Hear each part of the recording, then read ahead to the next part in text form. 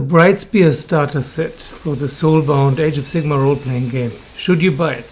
To buy or not to buy?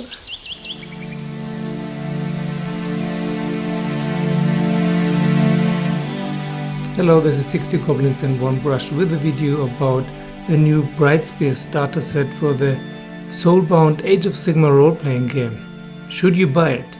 To buy or not to buy is the question here. There's already a very good video by Doug 2+ Tough about the fluff, about the storyline of the Brightspear city and starter set. I'll add the link below in the description. His video is, as always, very good. I will say only so much here that Brightspear was a very ancient city in Akshi with an ancient civilization that was overrun by Tzeentch. So the Tzeentchian forces conquered the city and built a huge Tzeentch empire. And at some point Sigmar came with his forces, his Stormcast and Turtles, and conquered Brightspear and banished the Tzeentchians, and now it's a city of Sigmar. But of course there are some leftovers of the ancient culture and some leftovers of Tzeentchian cults. So that makes it very interesting, and also there are some enclaves outside of the city for cultures who need a little bit more privacy, like Idoneth Deepkin or Silverneth. And in the sky above the city there are of course Caradhran Overlords. Caradhran Overlords are very important for Brightspear because they are the shuttle buses. They will bring you to other cities or to realm gates. In every role-playing game there is one city, one major city where every game starts, or you as a beginner first level character start. In the old Warhammer Fantasy role-playing game it was of course Altdorf, the capital of Reichland. And here it's Brightspear. And this is also where the Soulbound ritual will take place. Yeah? All these characters that came together to work for Sigmar and his cause and are joined together in the Soulbound ritual. This will happen in Brightspear.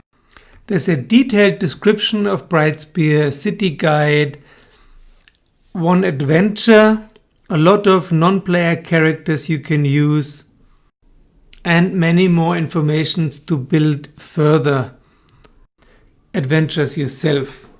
So the question is here, to buy or not to buy. As a game master, it's a definite must buy.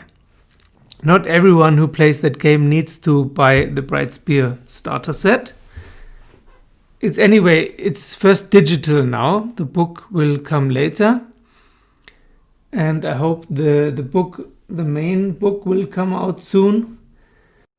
I always prefer books to PDFs, but I understand that they did this time to publish everything as PDF first. It's quite okay. Plus in these books there are some extra stuff like maps and dice and so on. Of course you cannot get them digitally. But if you are the game master of your group, then you need to buy this box. We usually take turns. We are 2 game masters in our Soulbound group.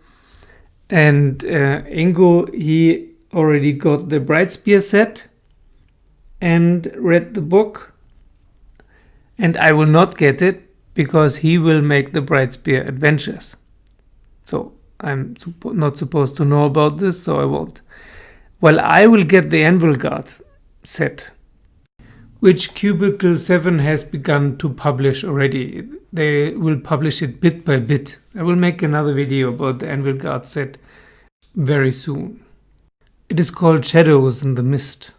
But back to the Brightspear set. So if you are the game master of your group, you need to buy this because it's the main city of the whole role-playing game.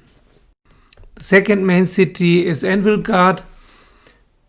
As always, in every role-playing game there's one harbor city where all the fun is going on. So this will also be a box that is not unimportant to have.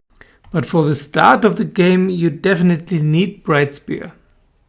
How much and how often you will come back to it is up to the game master, because you can have it's your base camp, basically. You can always come back to Brightspear, and there you have your contacts and your friends and your stash and your house and whatever. Your grove, your chapter house. And the story, the idea of Brightspear, of this very ancient city of different cultures, conquered and conquered again, is of course very, very interesting. Also this idea that Akshi usually is a realm that Khorne wants to have. But in this Soulbound role-playing game, Tzeentch is also very interested in it. And Tzeentch is of course the most interesting of all Chaos Gods in cities. It's one of his hobbies, send spies into human cities and hollow them out from within by temptation of magical lore and knowledge and so on. What's a human city without a Tzeentch cult? So this role-playing game is still very new, and I think the Brightspear box is a very important addition to the main core rulebook. Okay, that's it for today. Thank you for watching. Thank you for subscribing. Thank you for joining me on Patreon, and see you very soon.